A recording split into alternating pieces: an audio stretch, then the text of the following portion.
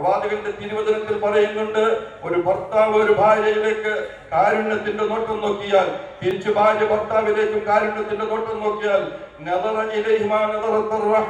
അവർ രണ്ടുപേരിലേക്കും കാരുണ്യത്തിന്റെ നോട്ടം സൃഷ്ടാവിൽ ഉണ്ടാകുമെന്ന് പ്രവാചകന്റെ അധ്യാപനം നമ്മെ പഠിപ്പിക്കുകയാണ്.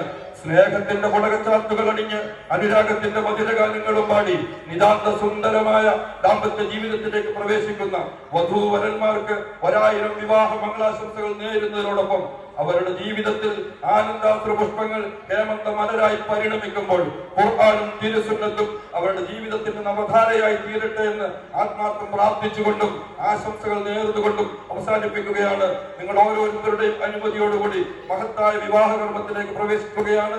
നാഥൻ ഈ സദസ്സിനെ സമ്പൂർണ്ണമായും കബൂൽ ചെയ്യുമാറാവട്ടെ. വിവാഹിതരാകുന്ന നവദമ്പതികൾക്ക് ശിഷ്ടജീവിതം അല്ലാഹുവിന്റെ കൽപ്പനകളനുസരിച്ച് മുമ്പോട്ട് നീക്കാനുള്ള സൗഭാഗ്യം നൽകട്ടെ എന്ന് ആത്മാർത്ഥമായ പ്രാർത്ഥനയോടെ അൽഹംദുലില്ലാഹി റബ്ബിൽ ആലമീൻ.